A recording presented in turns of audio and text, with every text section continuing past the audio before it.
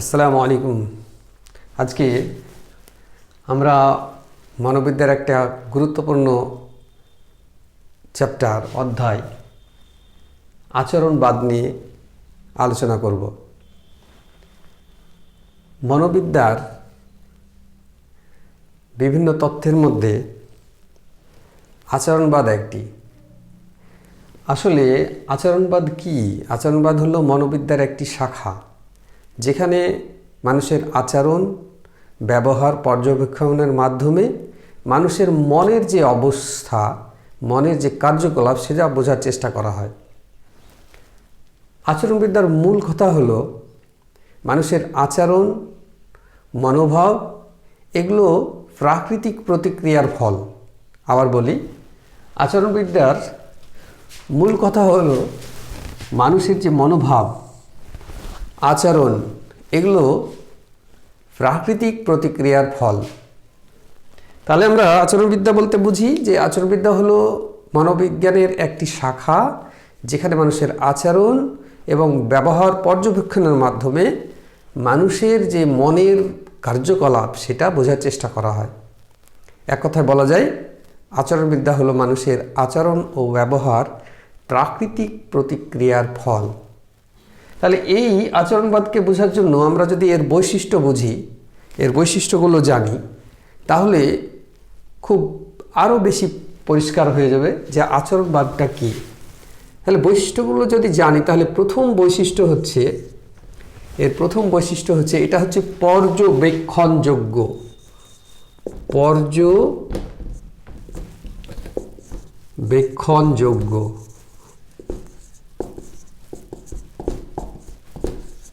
অর্থাৎ আচরণবাদকে পর্যবেক্ষণ করা যায়। পর্যবেক্ষণের মাধ্যমে আচরণবাদের যে মূল বিষয়গুলো সেগুলো পরীক্ষা নিরীক্ষা করা যায়। অর্থাৎ কোনো বিষয় পর্যবেক্ষণ না করা গেলে সেটা আচরণবাদের অন্তর্ভুক্ত নয়। তার মানে আচরণবাদ হলো পর্যবেক্ষণযোগ্য। এরা আনুমানিক কোনো বিষয় গ্রহণ করেন না, বরং পর্যবেক্ষণের মাধ্যমে যে বিষয়টা ফুটে ওঠে, যে বিষয়টা বেরিয়ে আসে ফলাফলটা, সেটাই আচরণবাদীরা গ্রহণ করেন। তার মানে আচরণবাদের অন্যতম বৈশিষ্ট্য হলো এটা হচ্ছে পর্যবেক্ষণযোগ্য। দ্বিতীয় বৈশিষ্ট্য হলো এটা শিক্ষণ ও অনুবর্তনের দ্বারা প্রভাবিত। শিক্ষণ ও অনুবর্তন এর দ্বারা প্রভাবিত। তাহলে আচরণবাদ হচ্ছে শিক্ষণ ও অনুবর্তনের দ্বারা প্রভাবিত, অর্থাৎ মানুষের আচরণকে শিক্ষণ এবং অনুবর্তনের দ্বারা পরিবর্তন করা যায়। শিক্ষণ এবং অনুবর্তনের দ্বারা পরিবর্তন করা যায়। এই অনুবর্তনটা হচ্ছে আবার দুই ধরনের। একটা হচ্ছে প্রাচীন অনুবর্তন আর একটা হচ্ছে সক্রিয় অনুবর্তন। প্রাচীন অনুবর্তন এবং সক্রিয় অনুবর্তন। শিক্ষণ এবং অনুবর্তনের দ্বারা মানুষের আচরণ পরিবর্তন করা যায়। তার মানে দ্বিতীয় বৈশিষ্ট্য হলো এটা শিক্ষণ এবং অনুবর্তনের দ্বারা প্রভাবিত আচরণবাদ। 3 নাম্বার হলো এটা পরিবেশের দ্বারা প্রভাবিত। পরিবেশের দ্বারা প্রভাবিত। পরিবেশের প্রভাব। যে কোনো ইন্ডিভিজুয়ালের, যে কোনো ব্যক্তির, যে কোনো স্টুডেন্ট, ছাত্রছাত্রীর আচরণ পরিবর্তন হয় পরিবেশের দ্বারা। আচরণটা নির্ভর করে পরিবেশের প্রভাব দ্বারা। অর্থাৎ সে কোন পরিবেশের শিখন নিল, সেই পরিবেশের শিখনের মাধ্যমে তার আচরণ পরিবর্তন হয়। অর্থাৎ পরিবেশের শিখনের উপরেই তার আচরণটা নির্ভর করে। তার মানে এটা হচ্ছে পরিবেশের প্রভাব আছে আচরণবাদে।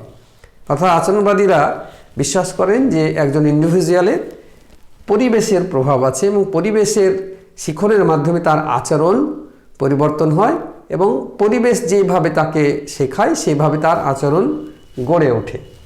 4 নাম্বার, এটা হলো উদ্দীপনা ও প্রতিক্রিয়া।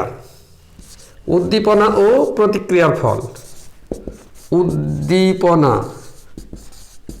ও প্রতিক্রিয়া।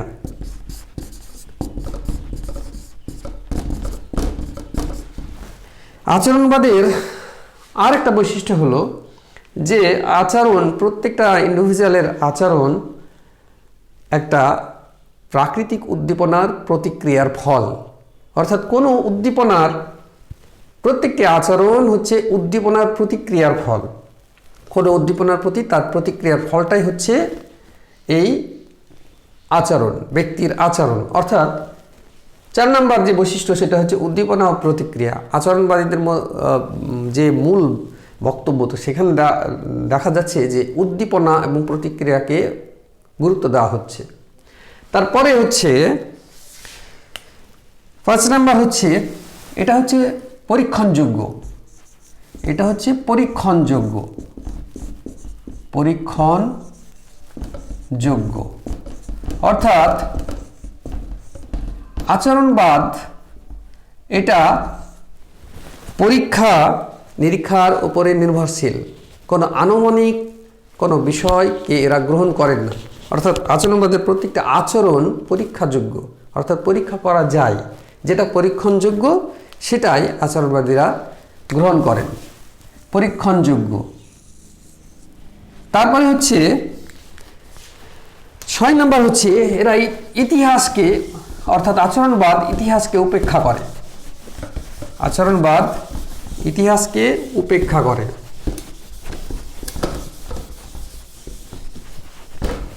আচরণবাদ ইতিহাসকে উপেক্ষা করে। ইতিহাস উপেক্ষা।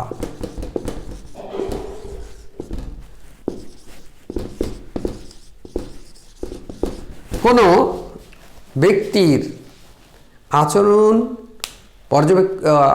নির্ধারণ করার জন্য তারা ইতিহাস দেখেন না। বর্তমান যে পরিস্থিতি, সেই ডেটা, সেই তথ্যকে তারা বিশ্লেষণ করে এবং বিশ্লেষণের মাধ্যমে তারা সিদ্ধান্তে উপনীত হয়। অর্থাৎ আচরণবাদীরা ইতিহাস উপেক্ষা করেন, কোনো ব্যক্তির ইতিহাস উপেক্ষা করেন। বর্তমান যে তার উদ্দীপনা প্রতিক্রিয়ার ফল, সেটা পর্যবেক্ষণ পরীক্ষণ করে তারা সিদ্ধান্তে উপনীত হয়। অর্থাৎ আচরণবাদ এটা ইতিহাস উপেক্ষা করে।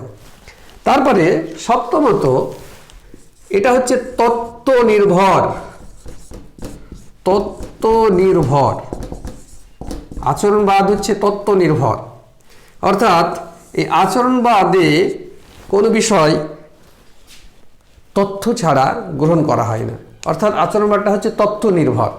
কোনো ইন্ডিভিজুয়ালের সঠিক যে তথ্য, সেই তথ্যটাকে তারা বিশ্লেষণ করেন এবং সেই তথ্য বিশ্লেষণ করে সিদ্ধান্তে উপনীত হন।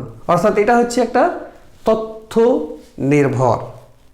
তাহলে আমরা মোটামুটিভাবে দেখলাম যে আচরণবাদ আসলে কি এবং এর বৈশিষ্ট্যগুলো কি। আমরা আবার পুনরায় একটু রিক্যাপ করি যে আচরণবাদ হলো মনোবিজ্ঞানের একটি শাখা, যেখানে মানুষের আচরণ এবং মনোভাবকে পর্যবেক্ষণ করে মানুষের যে মনের কার্যকলাপ, সেই মনের কার্যকলাপকে বোঝার চেষ্টা করা হয়। অর্থাৎ এর মূল কথা হলো মানুষের প্রত্যেকটি মনোভাব এবং আচরণ হলো প্রাকৃতিক উদ্দীপনার ফলাফল।